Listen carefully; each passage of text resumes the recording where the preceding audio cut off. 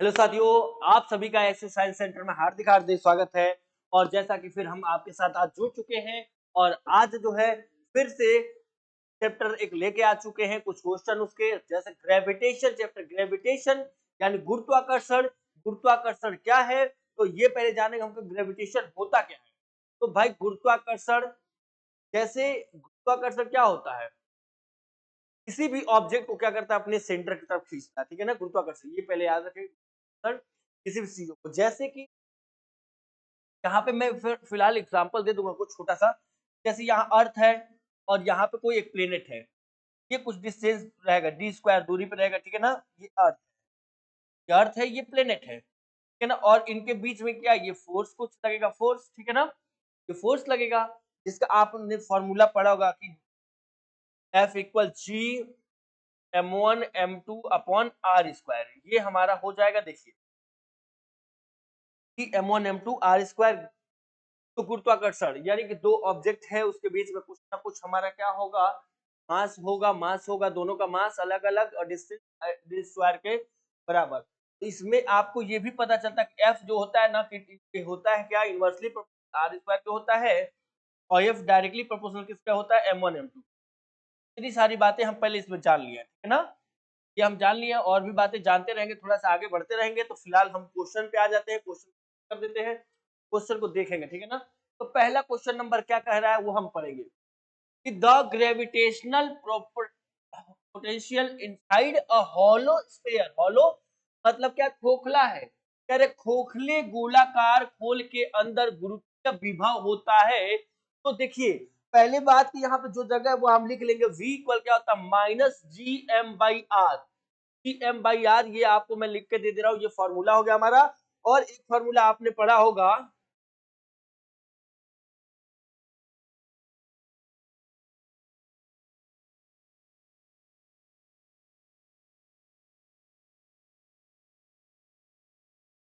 तो ये होगा कि भाई यहीं पे लिख देता हूँ, E equal minus dB by D R. ये याद रखेंगे, ठीक है ना, इसको याद रखना है, भूलना नहीं है भाई। और इसका क्या है भाई, ये the gravitational potential inside hollow spherical shell is क्या होता है, कांस्टेंट हो जाएगा and non zero. Constant and non zero हो जाएगा। इसकी राइट आंसर ऑप्शन नंबर कौन सा हो जाएगा, ऑप्शन नंबर बी इसका करेक्ट आंसर है, ठीक है ना। देख लीजिएगा, फिर समझ में अगर आ चुका होगा तो हम आगे नेक्स्ट क्वेश्चन की तरफ चलेंगे, ठीक है ना। चलिए नेक्स्ट क्वेश्चन चले, क्वेश्चन नंबर 2। तो चलिए क्वेश्चन नंबर 2 की तरफ भागते हैं और देखते हैं क्या कह रहा है। क्वेश्चन नंबर 2, यस यहां आ गया। escape velocity from a planet depend on, किसी ग्रह से लायन वेग निर्भर करता है। देखिए पहली बात तो हम ये जानेंगे कि escape velocity क्या होता है, लायन वेग क्या होता है। प्लायन मतलब जो ग्रेविटी छोड़ के बाहर निकल जाएगा वो कहलाएगा हमारा क्या, प्लायन। प्लायन हो गया है ना, बाहर हो गया ग्रेविटी से। इसका ध्यान रखेंगे कि स्टेप वेलोसिटी, पहले स्टेप वेलोसिटी के मैं फॉर्मूला लिखूंगा कि वीई बराबर under root two G M by R, ये होता है फॉर्मूला। अगर ऑर्बिटल वेलोसिटी आपको कह रहा है कि जैसे स्केप था वैसे ऑर्बिटल, तो जी एम बाई आर, ये याद रखिएगा आप सब, ठीक है ना। तो हमारा बात कर रहा था कि वीई जो है, वी यानी कि स्केप वेलोसिटी, वो किस पे डिपेंड होता है, तो मास ओनली। मास के साथ तो यहाँ पे रेडियस भी है भाई, तो मास अकेला नहीं होगा, रेडियस अकेला नहीं होगा, मास एंड रेडियस। देखिए यहां से इस फॉर्मूले से आप देख सकते हैं, अगर आप इसकी वैल्यू सॉल्व करते हैं तो देखिए यहाँ पे मैं सबकी वैल्यू बता दे रहा हूँ, आप सॉल्व भी कर सकते हैं, ट्राई कर सकते हैं। देखिए जी की वैल्यू जो होती है वो क्या होती है, ग्रेविटेशनल कांस्टेंट होता है G 6.67 into 10 to the power minus 11 newton metre square पर कूलम स्क्वायर। ये होता है हमारा जी की वैल्यू। एम की वैल्यू जो मास होती है वो 6.4 लिखते हैं या 6 लिखते हैं, ठीक है ना, 10 पे पावर 24 केजी। और रेडियस की जो वैल्यू हो जाती है आर बराबर 6.4 into 10 to the power 6 metre. ये हमारे पूरे वैल्यू हमने लिख दिया, इसको सॉल्व आप कर लीजिएगा। तो लगभग अर्थ का जो है, अर्थ का बता दूं आपको कितना आएगा, 11.2 आएगा, ठीक है ना, स्टेप वेलोसिटी केमी पर सेकेंड। 11.2, ठीक है ना। तो यहाँ से आपने देख लिया, सबसे आपको क्लियर हो गया होगा, यहाँ पे GMR यानी कि किस पे डिपेंड किया था, मास और इसमें तो रेडियस पे, दोनों ही है। क्लियर हो गया, एक बार आप देख लीजिएगा, फिर हम आगे बढ़ेंगे नेक्स्ट क्वेश्चन की तरफ। चलिए देख लीजिए तुरंत।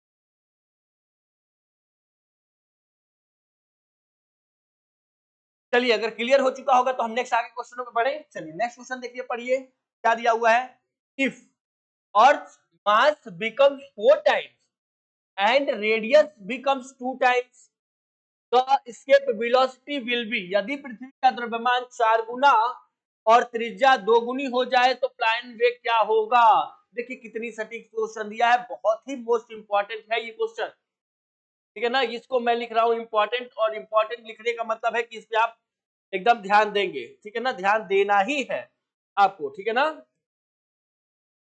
चलिए इसके वेलोसिटी का फॉर्मूला क्या होता है, Ve equal under root GM/r, ये है हमारा फॉर्मूला। क्लियर है क्या, क्लियर है तो चलिए देख लेते हैं। कहा था कि आप करिए मास को 2 गुना कर ले, 4 गुना कर लीजिए।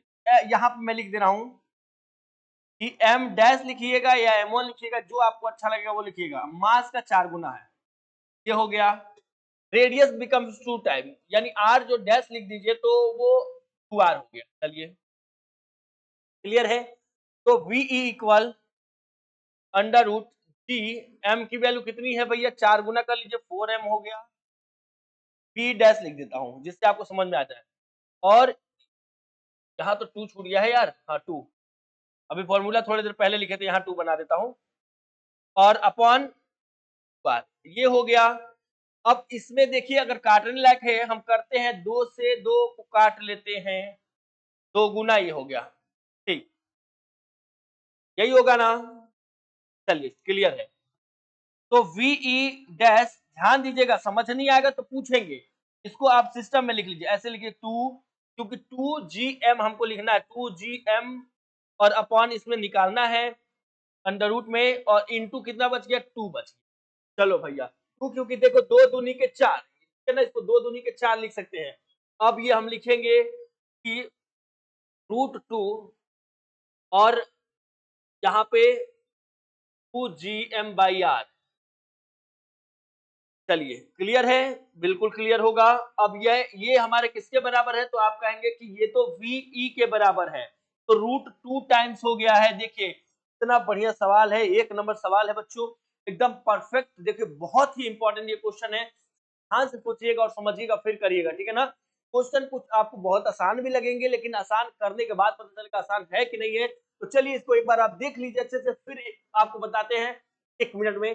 जल्दी से देखिए, जितना देरी से देखेंगे उतना देरी से आप देखिए भाई, यहाँ पे सब दिखा कि ये पहले क्वेश्चन एक बार और एक्सप्लेन कर दूं कि अर्थ अब मास कह रहा था बिकम 4 टाइम, जो m1 था मास जो था वो अब 4 गुना हो चुका है, रेडियस जो है कि 2 गुना हो चुका है, ठीक है ना। आपका एस्केप वेलोसिटी का मैंने फॉर्मूला बता दिया। एस्केप वेलोसिटी क्या है, जो कि आपको ग्रेविटी को छोड़ के बाहर निकल जाए, वो सब कहलाता है एस्केप वेलोसिटी, ठीक है। अर्थ का, मून का, सबका अलग अलग है एस्केप वेलोसिटी, सबका, ठीक है ना। तो चलिए ये देख लीजिए आप एक बार, 1 मिनट अगर बीत जाए तो हम नेक्स्ट आगे क्वेश्चन पे चले।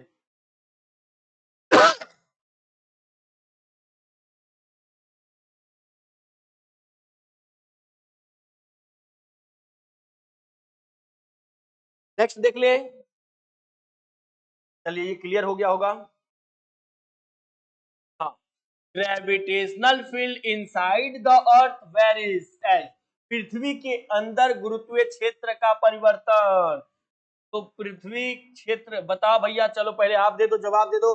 1/r², आर हो जाएगा, कांस्टेंट हो जाएगा, जल्दी बताइए।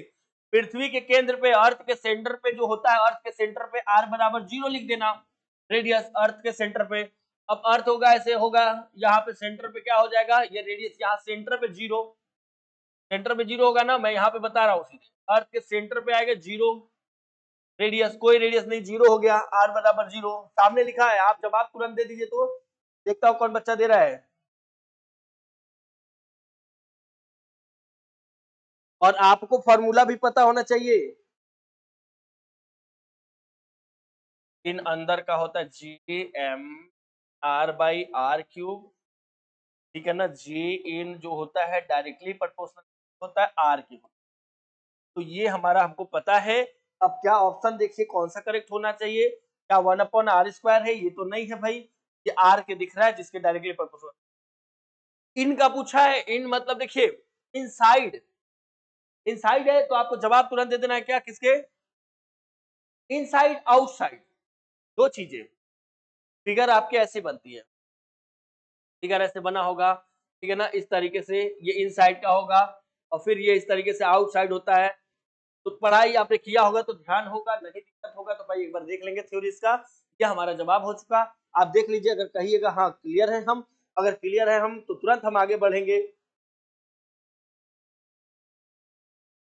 ठीक है ना।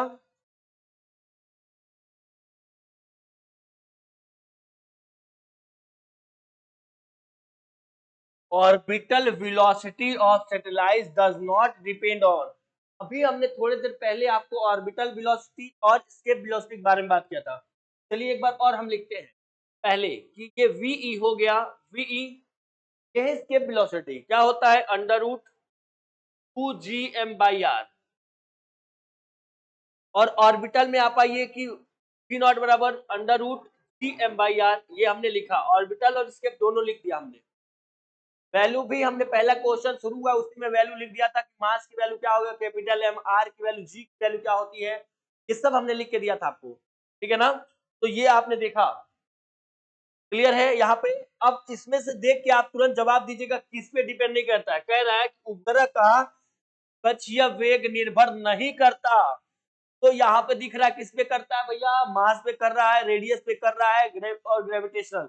तो चलिए आप सब तुरंत बताइए किस पे नहीं कर रहा है, जवाब तुरंत,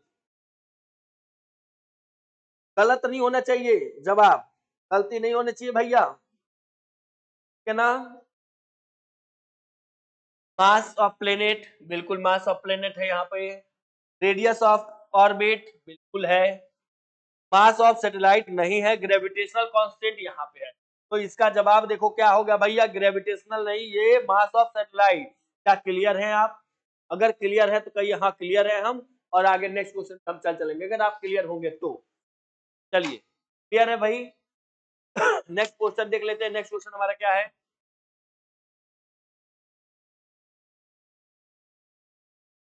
नेक्स्ट क्वेश्चन नंबर है 6, देखिए, time period of satellite near earth depend on, पृथ्वी के पास उपग्रह का अपूर्णांक निर्भर करता है। देखिए आपने पढ़ा होगा टी बराबर 2π√g/r या r/g, चलिए आपने पढ़ा होगा, याद होगा, हमको भी थोड़ा सा बता दीजिएगा कि r/g होता है कि g/r होता है, तो याद रखिएगा।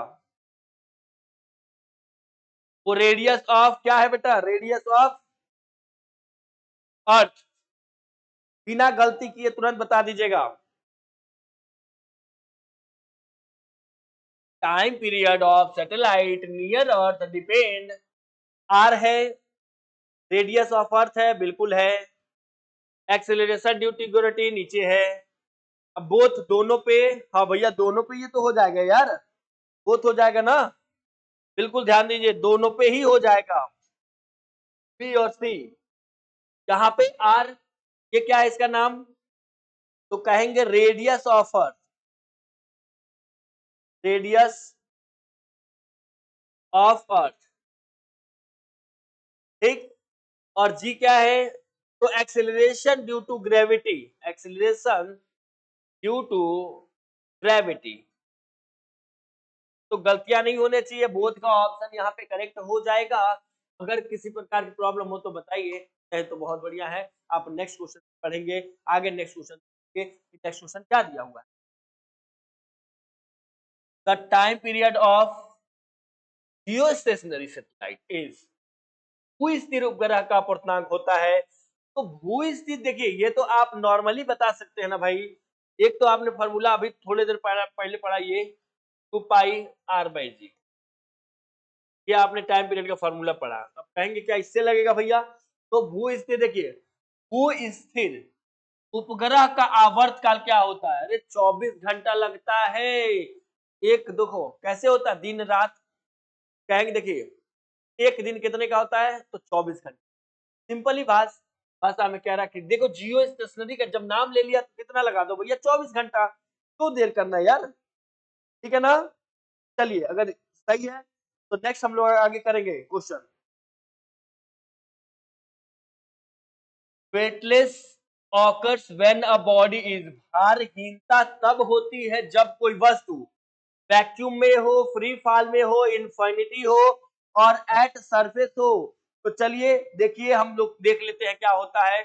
अगर ए बराबर हम लोग जी रखे मान लो, तो कब कह रहा है वेटलेस होगा। चलिए आप फार्मूला लगाइए, in vacuum, in free fall, at infinity, at surface. ये तो ऑप्शंस दिख रहे हैं, ए बराबर जी।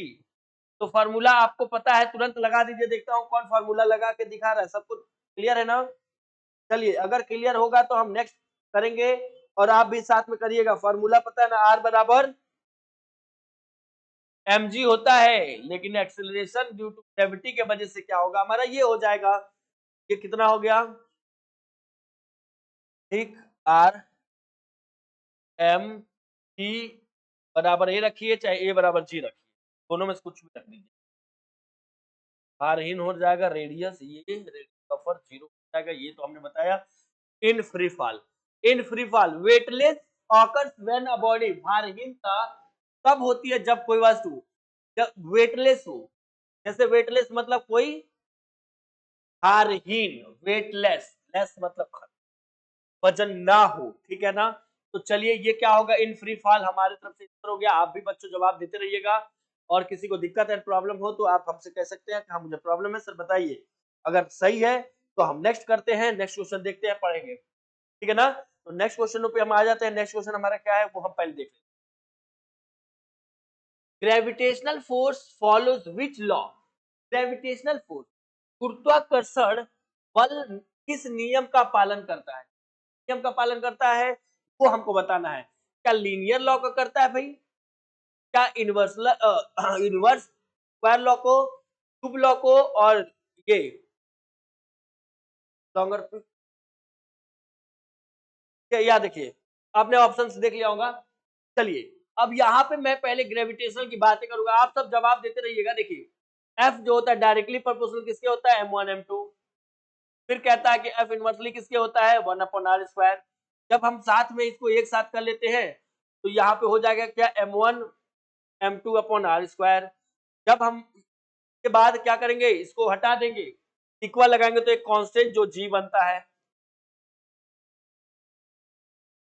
ये सब हमने लिख दिया, फार्मूला आपने देख लिया होगा, क्लियर होगा इतना। चलिए अब इसके बाद से आप सिर्फ जवाब देना है आपको, तो आप गलती नहीं करिएगा। इसका भैया तो यहाँ पे यूनिवर्स होता है, यूनिवर्स है क्या ऑप्शन में, ये लीनियर पे नहीं है, सीधे नहीं होता है, इनवर्स स्क्वायर लॉ, बिल्कुल क्लियर है। फॉर्मूला भी हमने लिख दिया है।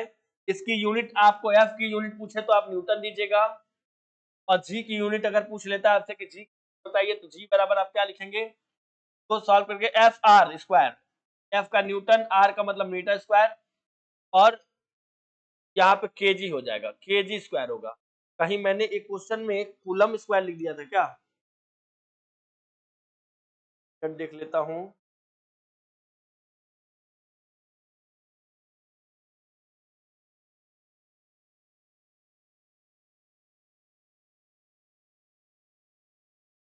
यूनिट यूनिट यूनिट, हाँ यहाँ पे मैंने चार्ज में लिख दिया था आपको, न्यूटन मीटर स्क्वायर पर केजी स्क्वायर, क्योंकि मास है ना तो केजी स्क्वायर बना लीजिएगा। चलिए क्लियर है। नेक्स्ट देख लिया आप। अब नेक्स्ट क्वेश्चन कौन सा है, question number 10। Work done is moving a body in gravitational field depend on, क्षेत्र में किस वस्तु को ले जाने में किया गया क्या निर्भर करता है, क्या पाथ पे इनिशियल पोजीशन, फाइनल पोजीशन और इनिशियल फाइनल दोनों हो जाता है। तो इसका जवाब आप सब जरूर देंगे। फॉर्मूला होता है W बराबर mgh, W बराबर mgh, ठीक, और U बराबर mgh। तो एक चीज मैं बताऊं कि आपको पोटेंशियल एनर्जी कभी भी कहता है तो पोटेंशियल एनर्जी देखिए डिपेंड किस पे होता है, यहां से यहां तक, इस इनिशियल या सॉरी इनिशियल और फाइनल, यहाँ पे इनिशियल और ये हो गया फाइनल। भाई इस पाथ से कोई लेना देना ही नहीं है, पाथ से कोई लेना नहीं है, ये पाथ है, इससे कोई लेना देना नहीं है, हमको इनिशियल फाइनल से मतलब है। पाथ से कोई लेना देना नहीं, सिर्फ इनिशियल से नहीं, फाइनल से भी नहीं, इनिशियल फाइनल देखिए मैंने बना दिया है, U बराबर mgh।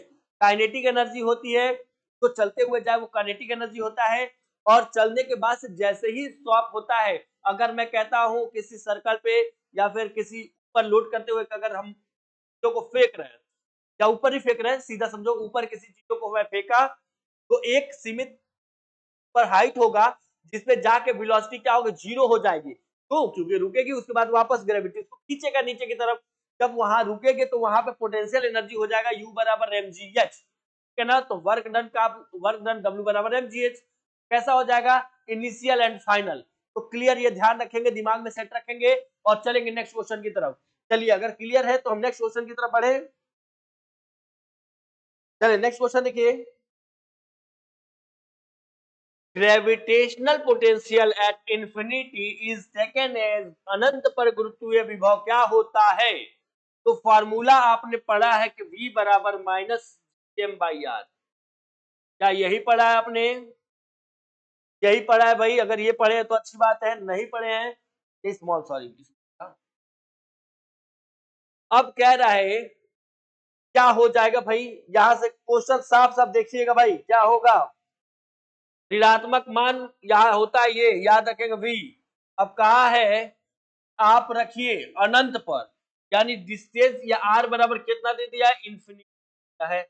अब जब इन्फिनिटी दे देगा बच्चों, तो ये इस तरीके से रखो, इसका डिवीजन दे दोगे तो V किस में बदल जाएगा, जीरो में बदल जाएगा। तो जीरो ऑप्शन नंबर बी हो जाएगा। क्या क्लियर है, क्लियर है भाई, तो हम आगे नेक्स्ट क्वेश्चन की तरफ बढ़ेंगे, और नहीं क्लियर है तो हम बिल्कुल आपको बताएंगे, ठीक है ना। तो चलिए अगर क्लियर है तो हम नेक्स्ट आगे क्वेश्चन में बढ़ते हैं, क्वेश्चन नंबर 12 पे देखते हैं, 12 पे जाते हैं। फॉर्मूला याद रखिएगा, ठीक है ना, और फॉर्मूला याद रखना है। नेक्स्ट करें,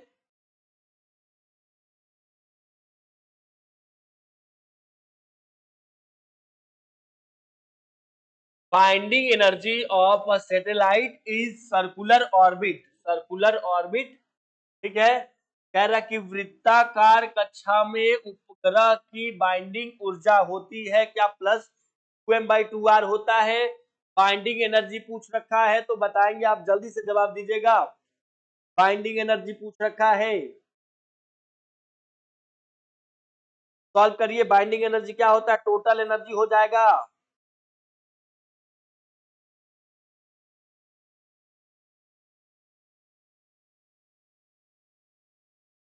कर दिया भाई,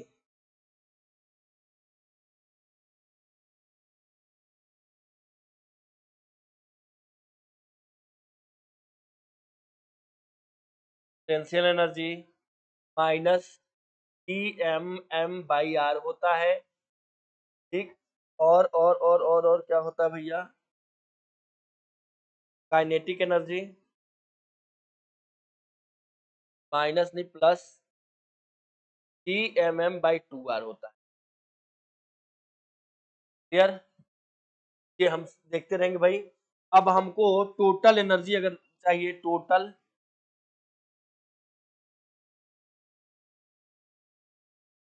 टोटल एनर्जी, तो K plus you, K plus you कर लीजिए, K कितना है,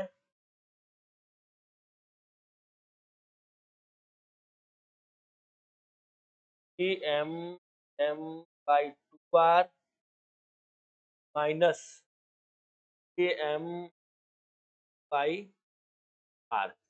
एलसीएम लेंगे यहाँ पे, 2r एलसीएम हो जाएगा, 2r एलसीएम हो जाएगा, और ये one time Gm m minus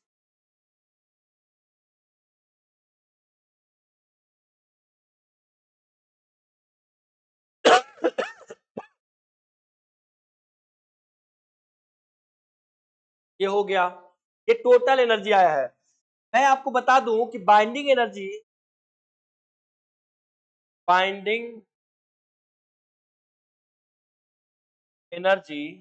equal minus total energy.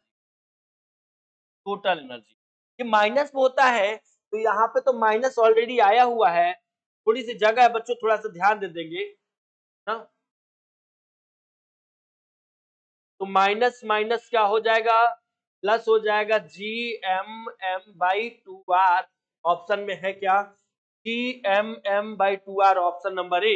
अब पूरा इस पे हमने लगा के रख दिया भाई, एक एक चीज को लिख के रख दिया है कि गलती नहीं होगी। तो चलिए एकदम तैयार होके इसमें लिखिए और देखिए कि potential energy minus G M M by R और kinetic energy two G M M by two are.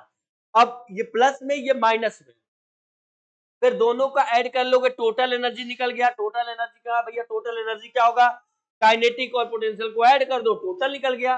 वो टोटल निकल के हमारा ये आ गया फाइनली यहाँ पे, ये हो गया टोटल एनर्जी। अच्छा टोटल एनर्जी आ गया भैया हमारा पूरा। अब बाइंडिंग एनर्जी जो होती है ना, तो माइनस टोटल एनर्जी होता है, तो माइनस और माइनस प्लस हो जाएगा, इसको सॉल्व कर लेंगे। अब आप देख लीजिए 1 मिनट, फिर हम आगे नेक्स्ट क्वेश्चन पे चलेंगे। थोड़ा सा तगड़ा होगा बच्चों, लेकिन आप कर लेंगे, है ना।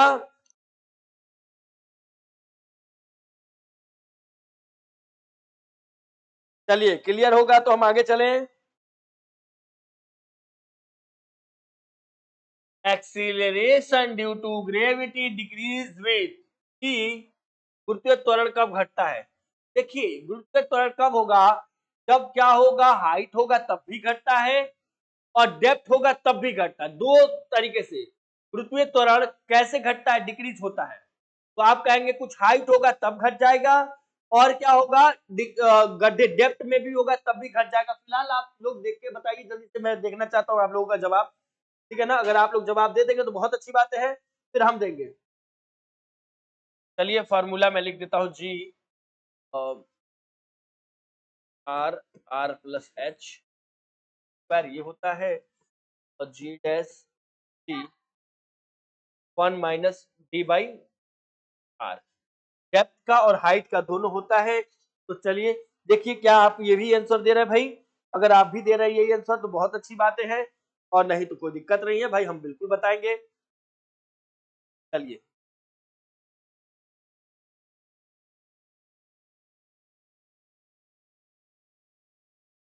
चलिए आपका आंसर क्या आ रहा है बच्चों, वो देख लीजिए।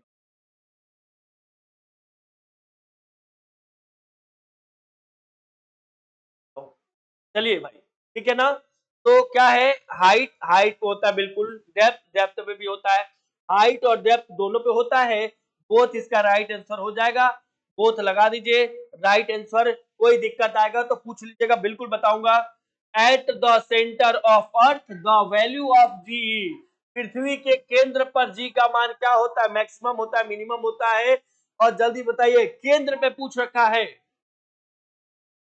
सेंटर पे। देखिए पृथ्वी के केंद्र पे सेंटर पे पूछ रखा है, तो सेंटर पे जो होता है ना, वो जी का मान क्या होता है। देखिए अभी आपने पढ़ा है कि हाइट पे डिक्रीज होता है, डेप्थ पे भी डिक्रीज होता है।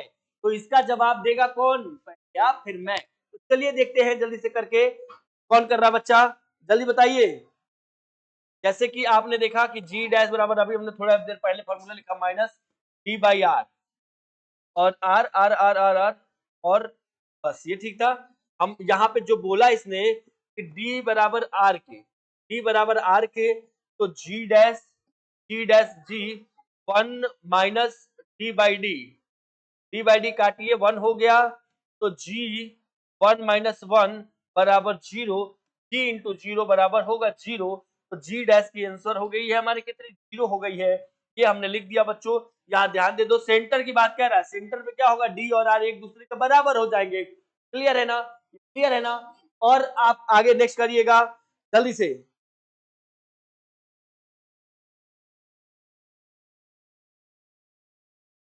हाँ एक चीज मैं बता दूं इसमें आगे दिमाग में, कि अधिकतम और ये मैक्सिमम कब होगा, तो कहेंगे जी का मान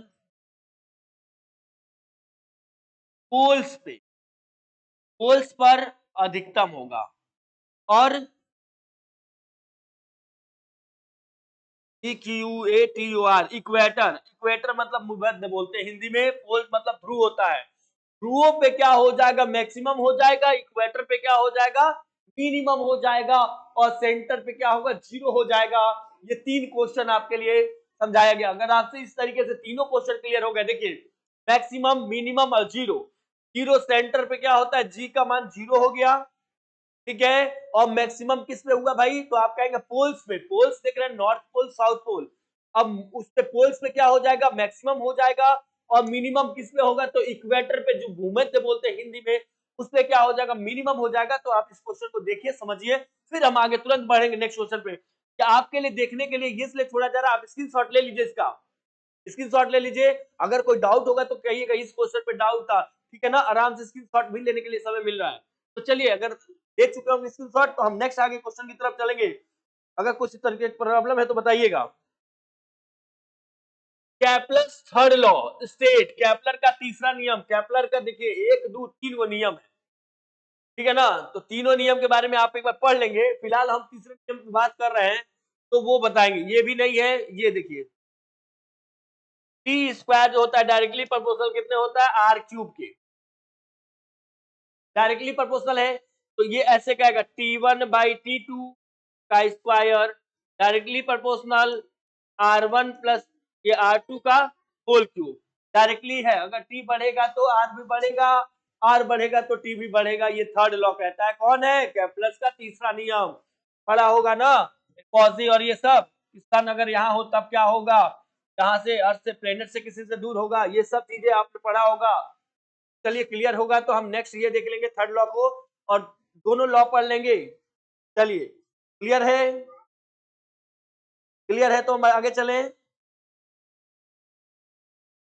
नेक्स्ट देखिए, total mechanical energy of a satellite in circular orbit is, वृत्ताकार कक्षा में उपग्रह की कुल यांत्रिक ऊर्जा। जब कुल यांत्रिक ऊर्जा आपसे पूछ ले, टोटल एनर्जी, थोड़े देर पहले हमने बताया था कि पोटेंशियल को ऐसे, टोटल की बात करें, टोटल एनर्जी,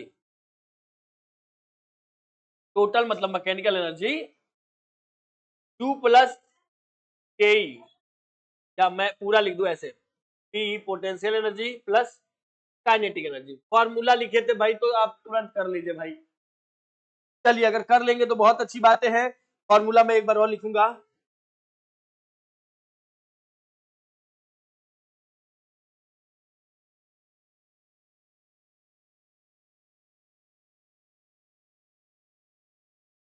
चलिए इन दोनों को ऐड करिए और जवाब दीजिए बच्चों। चलिए तुरंत आप सब साथ में काम करते रहिए। स्मॉल स्मॉल वाला रखिएगा। अब मैंने ये लिख दिया क्या बड़ा, एक छोटा एक बड़ा, नहीं नहीं नहीं भैया स्मॉल। चलिए यहाँ पे मैं लिखता हूँ, देखता हूँ भाई सॉल्व। यहाँ पे total minus GM/R plus GM/2R, LCM हो गया 2R यहाँ पे हो जाएगा, और यहाँ पे माइनस 2 से होगा GM/2 यहाँ पे, और GM माइनस घट गया, 2 में से 1 गया, 1 हो गया, माइनस GM को GM हो गया होगा, GM/R, ये तो आंसर आ गया ये वाला। ये टोटल यहाँ से तो माइनस आंसर आ रहा है, नेगेटिव आ रहा है हमारा। आपका क्या आ रहा है, आप भी जवाब दे दीजिएगा बच्चों। यहाँ पे हमारा तो नेगेटिव आ रहा है, ठीक है ना। ये हमारा नेगेटिव आ रहा है, आपका क्या जवाब आ रहा है, आप खुद कर लीजिएगा, प्रैक्टिस कर लीजिएगा, कोई दिक्कत होगा तो पूछिएगा। माइनस आ रहा है, देखिए सॉल्व हमने कर लिया। मैकेनिकल की बात किया, मैकेनिकल एनर्जी कौन सा हो जाएगा, तो काइनेटिक प्लस पोटेंशियल को आप जोड़ दीजिएगा। जब जोड़ेंगे दोनों को तो मैकेनिकल एनर्जी आ जाएगा। तो ये हमारा क्या है, क्वेश्चन लग चुका है। प्रैक्टिस कर लेंगे, फिर नेक्स्ट क्वेश्चन पे चलेंगे। नेक्स्ट क्वेश्चन हमारा क्या देखिए, चलिए नेक्स्ट क्वेश्चन देखिए, ग्रेविटेशनल पोटेंशियल V बराबर √GM/R। चलो भैया, इज कह रहा गुरुत्वीय वो एक है, क्या है भैया,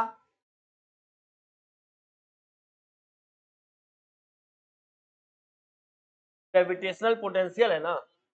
ग्रेविटेशनल पोटेंशियल का तो V इक्वल W/, ये भी लिख सकते हैं, V इक्वल W/M, ये भी हो जाएगा। तो ये जो ग्रेविटेशनल होता है ये स्केलर होता है। ये क्या होता है? स्केलर है। क्या स्केलर? स्केलर में ओनली मैग्नीट्यूड होता है, ओनली मैग्नीट्यूड। ठीक है ना? ये ना हटा लगा के ये लगा लीजिए, समझ में आ जाएगा, कोई दिक्कत की बात नहीं आएगी। अगर क्लियर होगा तो नेक्स्ट करेंगे। ये अच्छा, ये क्वेश्चन छूटा हुआ था, मैं थर्ड पे लगा था। If orbital radius increases orbital speed is, यदि कक्षा की त्रिज्याएं बढ़ती है तो कक्षीय में इंक्रीज होता है, डिक्रीज होता है, रिमेन कांस्टेंट होता है, ये आप बताएंगे। चलिए, याद है ना आपको? ये होगा Gm/r, ये हमारा फॉर्मूला होगा। v जो होता है डायरेक्टली प्रोपोर्शनल होता है r के होता है। यहां से अगर ऑर्बिटल रेडियस, देखिए इनवर्सली का मतलब क्या होता है, ये मैं पहले आपको समझा दूं बच्चों, याद रखिए। इनवर्सली का अगर v बढ़ रहा है, बढ़ेगा, तो ये r यहाँ पे घटेगा। पहली चीज है, बस ये लिख लीजिए। अगर यहाँ पे v जो है कि घटेगा, इनवर्सली की बात कह रहा हूं, तो यहाँ पे r क्या होगा? r का बढ़ेगा। तो अब हम क्वेश्चन पे आएंगे इसको लिखने के बाद से कि ऑर्बिटल रेडियस इंक्रीज, रेडियस क्या है? बढ़ रहा है, तो बढ़ रहा है तो ऑर्बिटल स्पीड क्या होगा? वो हमारा क्या हो जाएगा? घटेगा, तो डिक्रीज हो जाएगा। भैया ये आंसर देख लीजिए, तो मिला लीजिए आप। फॉर्मूला याद है ना कि v डायरेक्टली प्रोपोर्शनल कैसे हो 1/r के। तो यहाँ पे आंसर आ चुका है, और किसी को दिक्कत हो, प्रॉब्लम हो तो बिल्कुल हमसे पूछिए, बिल्कुल मैं बैठा हुआ हूँ बताने के लिए। चलिए, अगर क्लियर होगा तो आगे। Gravitational force becomes zero when, गुरुत्वाकर्षण बल शून्य हो जाता है जब डिस्टेंस इज जीरो। पहला तो हम लोग फॉर्मूला लिख लेंगे, F बराबर Gm1m2 अपॉन r स्क्वायर। ठीक है ना? तो F जो होगा, F क्या है भाई? जीरो कह रहा है कि गुरुत्वाकर्षण बल शून्य होगा जब, डिस्टेंस को जीरो कर लीजिए। तो देखिए, क्या डिस्टेंस को जीरो कर लिया जाए, इनफाइनाइट कर लिया जाए, या मास को जीरो कर लिया जाए, या कह रहा बी और सी दोनों सही होगा। तो इसमें देखिए, डिस्टेंस को पहले जीरो कर लो, पहला चीज रख के देखो, जीरो का स्क्वायर, जीरो से किसी में भाग देंगे। देखिए, यहाँ पे जीरो से भाग करके कौन बच्चा बता रहा है मेरे को कि जीरो से भाग देंगे तो क्या हो जाएगा, वो बताइएगा।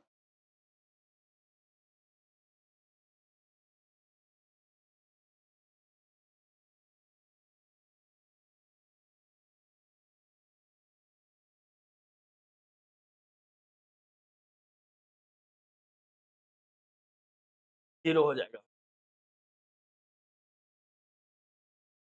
ठीक, जीरो रख लिए तो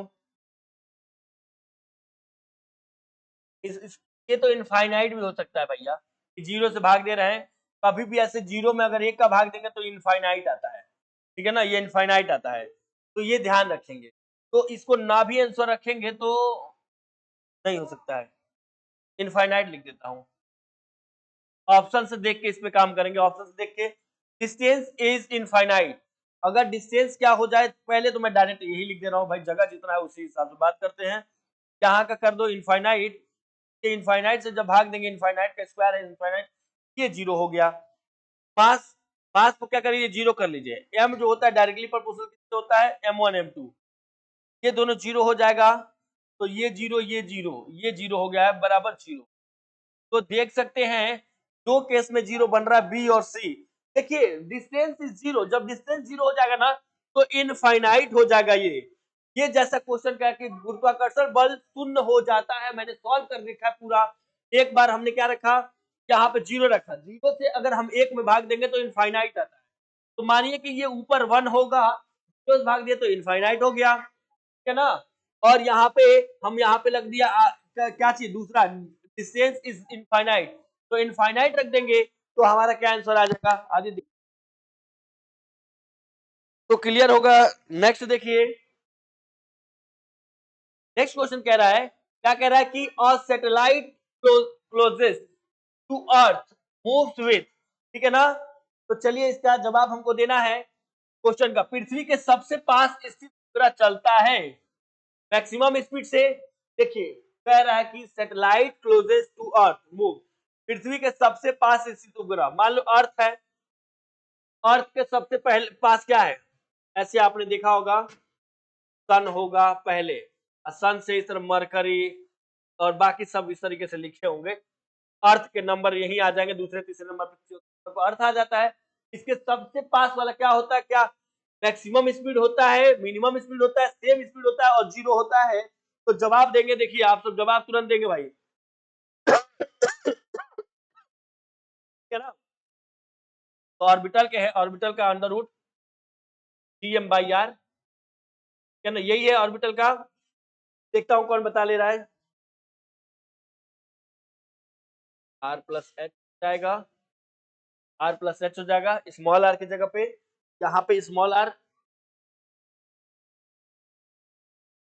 r+h हो जाएगा, P0।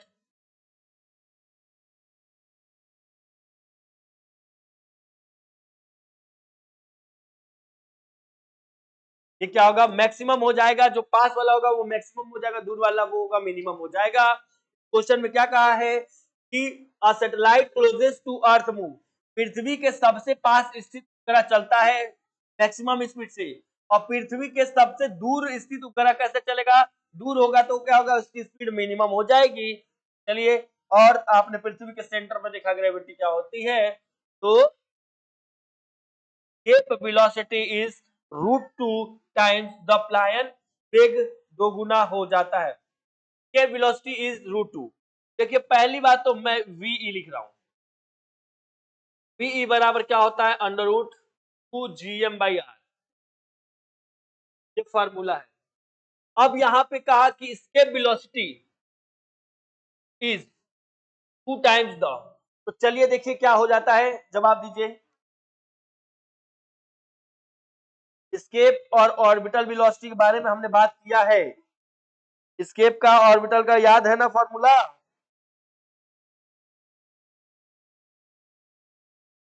अच्छा ऑर्बिटल का मैंने नहीं लिखा ना,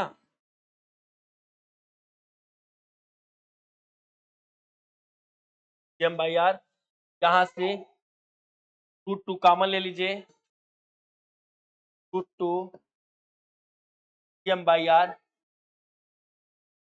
तो VE क्या हो जाएगा, √2 टाइम्स किसके हो जाएगा, GM/r V0 के। ये इस तरीके से लग चुका है। Orbital velocity acceleration due to gravity, orbital velocity के √2 टाइम्स होगा ना। देखिए इसको सॉल्व कर लीजिएगा, आपको पता है कि ये वेलोसिटी v बराबर ये होती है, समझ लीजिएगा अच्छे से, क्लियर। अब यहाँ पे V0 बराबर क्या, V0 तो कहेंगे कि √GM/r के, और VE जो होगा बराबर √2 टाइम्स कितना होगा, √GM/r के। तो GM/r को हम लोग V0 कहते हैं, जो कि ऑर्बिटल वेलोसिटी, बिल्कुल ही करेक्ट आंसर आएगा। और ये आपको क्लियर हो चुका होगा। तो आगे नेक्स्ट क्वेश्चन की तरफ बढ़ते हैं, और नेक्स्ट क्वेश्चन में बढ़ने से पहले मैं एक बार कहूंगा कि आप इसको स्क्रीनशॉट ले लीजिए और देख लीजिए। चलिए, अगर सब कुछ क्लियर हो तो हम आगे नेक्स्ट क्वेश्चन पढ़े क्या, तो उसके बाद से आगे बढ़ लेते हैं। चलिए देख लीजिए, क्लियर है आपको, हाँ क्लियर है तो चल से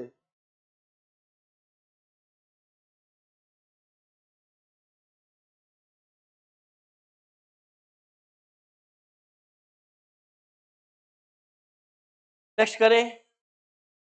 कह रहा gravitational field inside a uniform spherical shell is, समान घनत्व वाले गोलाकार खोल के अंदर गुरुत्वीय क्षेत्र होता है, क्या मैक्सिमम होता है, मिनिमम होता है, जीरो होता है, इनफाइनाइट होता है। तो आपको जैसा कि फॉर्मूला पता है, E बराबर माइनस E बराबर -dV/dr।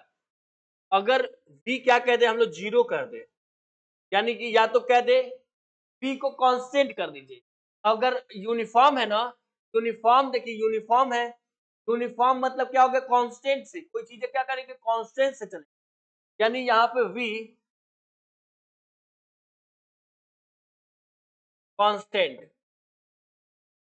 तो अगर V कांस्टेंट हो गया तो यहाँ पे E क्या हो जाएगा, तो V कांस्टेंट हो गया तो E क्या हो जाएगा, वो आप बताएंगे, ठीक है ना। ये कांस्टेंट हो गया, डायरेक्ट कर लो ना भैया, v कांस्टेंट हो गया है, e बराबर 0। देखिए 0 ऑप्शन में है, और आप सब क्या लाए हो, आप अपना बता दो भाई जल्दी से।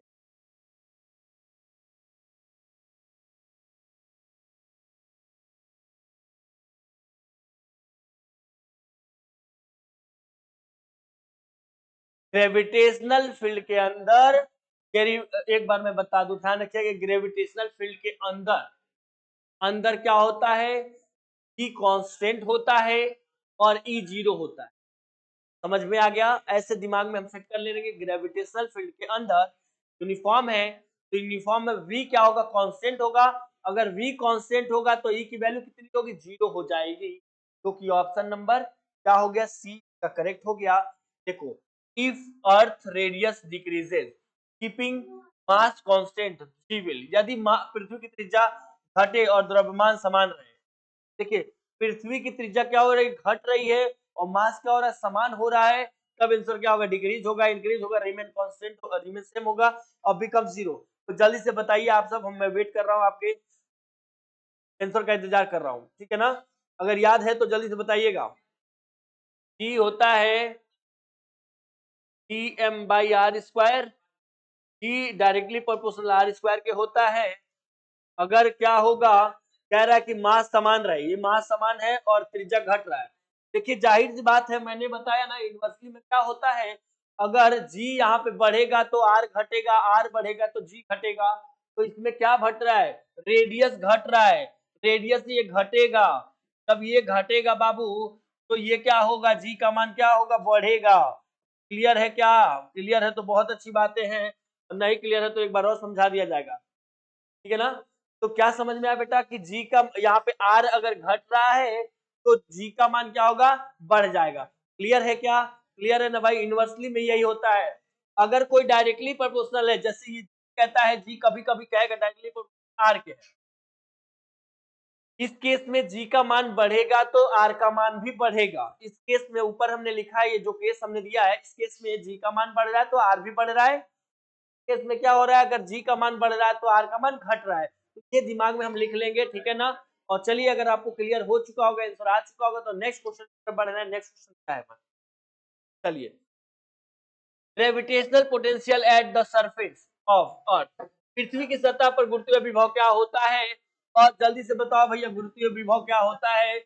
और मैं देखना चाहूंगा, अभी थोड़ी देर पहले ही कितना लिखवा चुका हूँ यार, कितना लिखवा दिया हूँ, गलती कैसे कर सकते हैं आप, ठीक है ना, याद है, P equal minus G M by R है ऑप्शन में, ऑप्शन नंबर 2 बी वाला सही। चलिए देखिए, क्लियर है क्या, क्लियर है भाई, अगर क्लियर है तो फिर हम नेक्स्ट क्वेश्चन पे चले। ये तो फॉर्मूला ही लिखना था। कह रहा gravitational force between two masses is always, दो द्रव्यमानों के बीच का गुरुत्वाकर्षण बल हमेशा कैसा होता है, क्या रिपल्सिव होता है, अट्रैक्टिव होता है, जीरो होता है, रैंडम होता है। देखिए ऐसे ओरल समझा दे रहा हूं मैं, आपको समझ में आ चुका है कि कोई भी जैसे सन वगैरह है, सन के कहोगे कि सन के बगल में कितने प्लैनेट्स क्या होते हैं, लगे रहते हैं, जैसे सन, मरकरी, यूरेनस, मार्स, अर्थ, ये सब लाइन से लगे होते हैं ना। वो सब क्या करते हैं, अट्रैक्ट करके रखते हैं एक दूसरे को। अट्रैक्ट मतलब क्या करते हैं, खींच के रखते हैं, नहीं तो दूर भाग जाता है ना।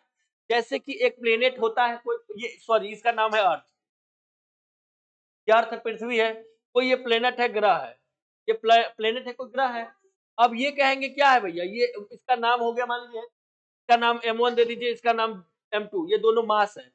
ये इस तरीके से खींच के रखते हैं अपोजिट साइड से, भी आप अपोजिट साइड का देखेंगे, यानी कि अनलाइक चार्जेस या अनलाइक मासेस होंगे, देख लेंगे ना, वो अट्रैक्शन ही दिखाएगा हमेशा, क्या दिखाएगा, अट्रैक्शन ही दिखाएगा। तो क्या अट्रैक्शन दिखा रहा है, और ये कितनी दूरी पे होता है, तो डी स्क्वायर के दूरी पे होता है, ये भी याद रखेंगे, ठीक है ना। तो क्लियर होगा आपको फॉर्मूला क्या बनता है। तो फॉर्मूला देखिए, मैं पहले बना दूं, फॉर्मूला क्या बनता है, एफ जो होता है डायरेक्टली प्रोपोर्शनल किसके होता है, M1 M2 के डायरेक्टली प्रोपोर्शनल होता है, of F inversely proportional R square के होता है। फॉर्मूला बनता है T M1 M2 upon R square, clear है, ये हो गया हमारा formula, T M1 M2 upon R square. यहाँ पे जी की वैल्यू जो होती है कितनी होती है, कहेंगे कि 6.67 इंटू 10⁻11 न्यूटन मीटर स्क्वायर पर केजी स्क्वायर। क्लियर है क्या? ये हमारा होगा वैल्यू। वैल्यू हमेशा याद रखिएगा बच्चों, वैल्यू बहुत जरूरी है, इंपॉर्टेंट है। तो इसका आंसर होगा क्या होगा हमारा, अट्रैक्टिव हो जाएगा। चलिए क्लियर है, तो क्लियर है तो हम आज का क्लास यहीं पे ओवर करते हैं और हम नेक्स्ट क्लास से इसी ग्रेविटेशनल चैप्टर से और भी 25 क्वेश्चन को लेके जो कि हम आएंगे और वो भी मोस्टली इंपॉर्टेंट होगा। देखिए आज आपको क्वेश्चन देखने के बाद से पता चल जाएगा इसका लेवल क्या है, किस तरीके का क्वेश्चन है, किस तरीके से सॉल्व करना है। और अगर कोई डाउट होगा तो कमेंट बॉक्स में मैसेज डाल दीजिएगा, जिससे क्या होगा कि मैं नेक्स्ट वीडियो में जो आएगा उसको भी मैं क्लियर करा दूंगा, समझा दूंगा।